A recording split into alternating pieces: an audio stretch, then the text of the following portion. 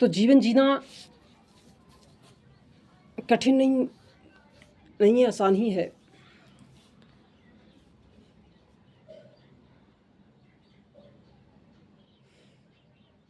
हम ऐसे बहुत सारे प्राणियों को देखे हैं जो सिर्फ काम में व्यस्त हैं, कार्य में व्यस्त हैं, कार्य को लेकर इतने परेशान हो जाते हैं कि वो भविष्य के बारे में भूल जाते हैं, वो आनंद के बारे में भूल जाते हैं कि आनंदित जीवन कैसे जीना चाहिए। हम काम को सिर्फ कर रहे हैं, काम के प्रति कपड़ा खींच रहे हैं, किताब पढ़ रहे हैं तो पढ़ रहे हैं, क्यों पढ़ रहे हैं पता ही नहीं, क्यों खींच रहे हैं पता ही नहीं, सिर्फ खींच रहे हैं। हम किसी पौधे में जब पानी दे रहे हैं तो दे रहे हैं, क्यों पता नहीं, क्यों दे रहे हैं पता नहीं है।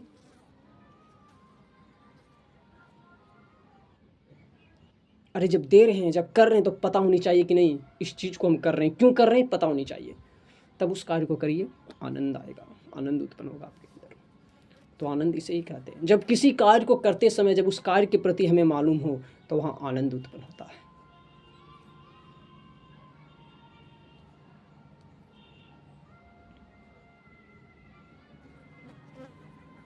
इसलिए आज हम ऐसे देख रहे हैं, बहुत सारे ऐसे हैं शिक्षक हैं जो 2-4-10 पैसे के लिए किसी प्राइवेट स्कूल में काम कर रहे हैं। मैं काम करना गलत नहीं है, करिए, लेकिन आनंद के साथ करिए। जहाँ आनंद नहीं उस क्रिया को छोड़ दीजिए।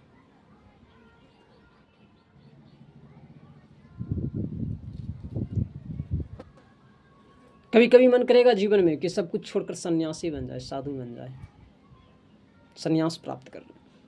क्यों ऐसा मन करता है?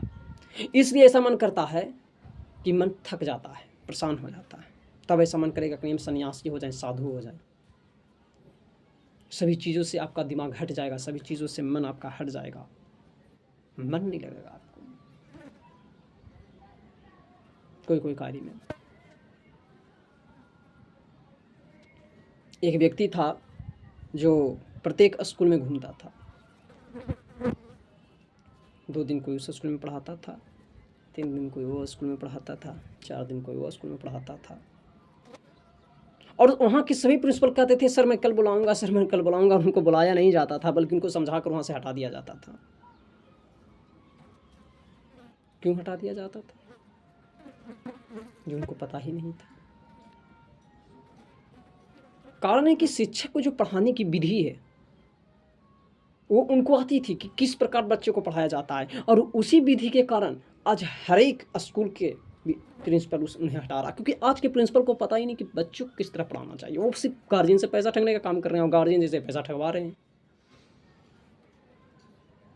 तो बच्चों को पढ़ाने की ढंग विधि होनी चाहिए। बच्चे के अंदर आनंद कैसे उत्पन्न होगा पढ़ाई के प्रति? अब जब बच्चों को पढ़ा रहे हैं तो पढ़ाते पढ़ाते थोड़ा उसे हंसाइए, पढ़ाते पढ़ाते थोड़ा उन्हें वीरों की कथा, अपने देश की कथा, मातृभूमि की कथा उनको सुनाइए, राम की कथा सुनाइए, उन्हें आनंद आएगा पढ़ने में। लेकिन आज इस प्रकार की कथाओं किसी स्कूल में नहीं होती है। कहा जाता है कि स्कूल में कथा कहानी नहीं होनी चाहिए, सिर्फ पढ़ाई होनी चाहिए, अंग्रेजी, SST, साइंस होनी चाहिए। जब बच्चों के अंदर इस प्रकार का पढ़ाई होगा तो उसके अंदर कभी संस्कारों के चरित्र का निर्माण होगा ही नहीं,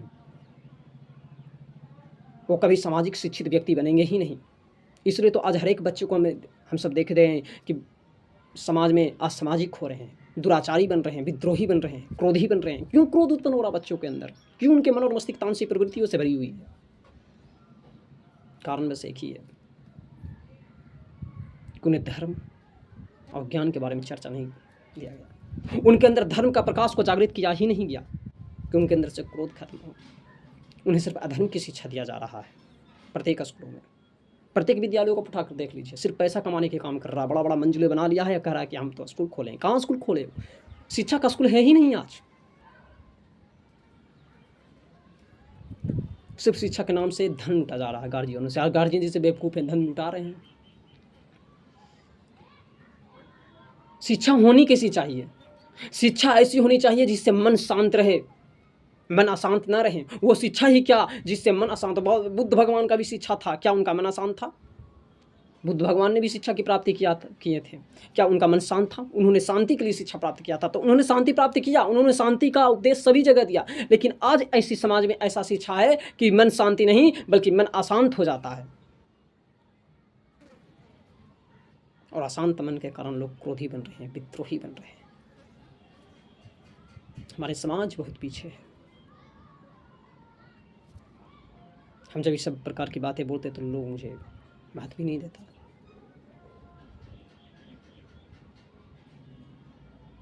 मानव है कौन? कौन है मनुष्य? जो कर्म कर रहा वो मनुष्य है? मैं उसे मनुष्य नहीं मानता। कर्म तो एक पशु भी करता है। मनुष्य है कौन?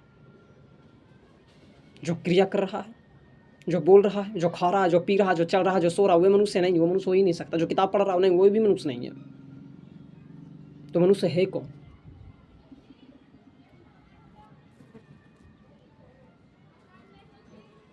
मनुष्य वह है जो जीवन को समझ रहा है, जो जीवन को समझने में अपने आप को सही मार्ग पर ले चल रहा है, दूसरे को मार्गदर्शन देकर उसे सत्य मार्ग पर ले जा रहा है, वही मनुष्य। और वो मनुष्य बुद्ध भगवान हैं, जिन्होंने सत्य मार्ग पर लोगों को चलने के लिए बताया था।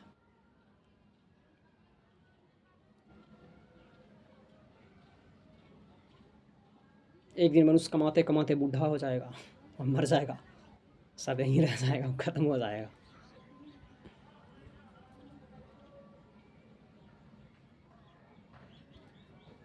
हम मूल विधि बातों को जानने में असफल हैं, मूल विधि को नहीं जान रहे हैं, जड़ को नहीं जान रहे कि जड़ कहाँ है इसकी। जिस प्रकार से जिंदगी जी रहे हैं, जीते चले जा रहे हैं, जीते चले जा रहे हैं। जिंदगी जीना है, जीते चले जा रहे हैं। जिंदगी का अर्थ समझ ही नहीं रहे, जीवन का अर्थ समझ ही नहीं रहे।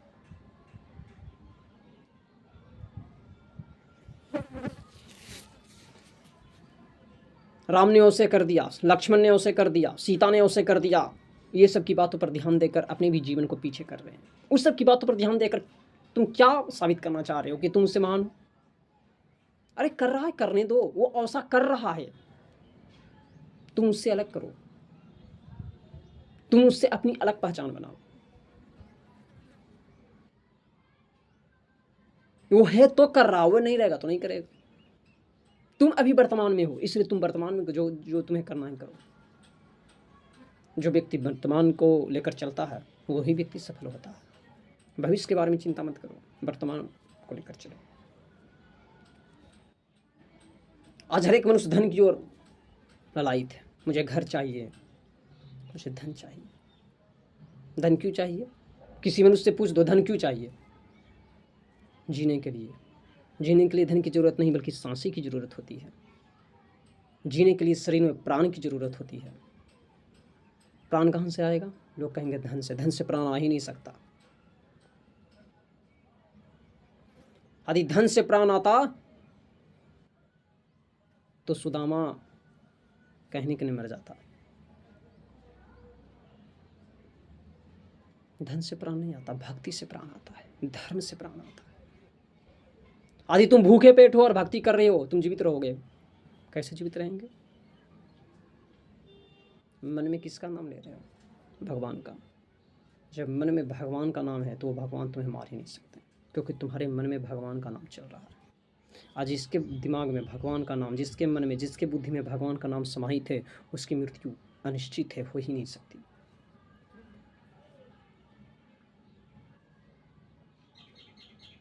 क्योंकि भगवान को वो सोच रहा है और वहाँ से उसे भगवान देख रहे हैं कि नहीं तो मेरा नाम स्मरण कर रहा, मैं इसकी मृत्यु हुई, क्यों मारूं इसे? सालों बीत जाएगा, महीनों बीत जाएगा, तब तुम्हें मोक्ष की प्राप्ति हो जाएगी। वो मृत्यु नहीं होगी, वो मोक्ष की प्राप्ति होगी।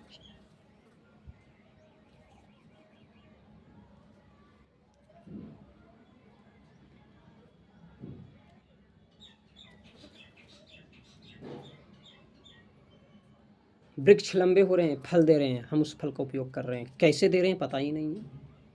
उसी प्रकार मनुष्य कर्म तो कर रहे हैं, क्यों कर रहे हैं पता ही नहीं है। तो कर्म जब कर रही हो तो उसके प्रति सोचो कि तुम क्यों कर रहे हो, किस लिए कर रहे हो। अपनी आत्मा को पवित्र बनाओ, अपने मन को पवित्र बनाओ और जीवन में सफल बनो। यही सफलता तुम्हें ऊंचाई की ओर ले जाएगा। आज हर एक व्यक्ति मेहनत कर रहे हैं, मुझे पढ़ना है, मुझे नौकरी लेना, मुझे जीवन में उच्च रास्ते पर चलना है। मेहनत में ऐसे लगे हुए हैं कि अपने जीवन बर्बाद कर देते हैं मेहनत करते करते ही, लेकिन जीवन में व्यक्ति जब अंत समय आता है तो कुछ बन नहीं पाते, अंत में थक जाते हैं, रो जाते हैं, गन जाते हैं, उदास हो जाते हैं। उदास मत होइए, मन को उदास करिए ही नहीं, बल्कि इस मन को भक्ति में लगा दीजिए, भगवान की भक्ति में कर लीजिए अपने मन को। चैतन्य महाप्रभु भगवान की ओर आकर्षित हो गए। स्वामी विवेकानंद अंत समय में उन्होंने भगवान का शरण ले लिया। क्या से क्या हो गए स्वामी विवेकानंद, क्या से क्या हो गए। एक बार स्वामी विवेकानंद को भगवान का दर्शन करना था। रामकृष्ण परमहंस से उन्होंने कहा कि प्रभु मुझे भगवान का दर्शन करना है। रामकृष्ण परमहंस ने कहा कि मुझे जब भगवान का दर्शन करना तुम मेरे समीप आओ। जब स्वामी विवेकानंद रामकृष्ण परमहंस के समीप गए तो उन्होंने भगवान का दर्शन उनको करवाया। तो जब व्यक्ति, कहा गया कि जब व्यक्ति के जीवन में भगवान होता है तो उसका जीवन ही हर एक व्यक्ति से अलग होता है। इसलिए अपनी आत्मा में, अपने मन में भगवान की संरचना बनाओ, अपने मन में, अपनी आत्मा में भगवान का निर्माण करो, उनकी छवि बनाओ कि तुम्हारे जीवन लोगों से अलग हो, लोगों जैसा ना हो। तुम अलग पहचान बनाओ समाज में। लोग कहते हैं समाज मनुष्य से बनता, मैं कहता हूं समाज मनुष्य से बन ही नहीं सकता। समाज मनुष्य की सोच से बनता है। हम समाज में जिस प्रकार की सोच सोचेंगे हमारा समाज उसी प्रकार का बनेगा। यदि हम नकारात्मक सोच सोचते हैं तो नकारात्मक समाज बनेगी, सकारात्मक सोच सोचेंगे तो सकारात्मक समाज बनेगी। सोचना आपको है कि आपको कैसा समाज बनाना है, नकारात्मक बनाना है कि सकारात्मक बनाना है। जैसा आप समाज बनाइएगा और सब लोग आपसे व्यवहार करेंगे।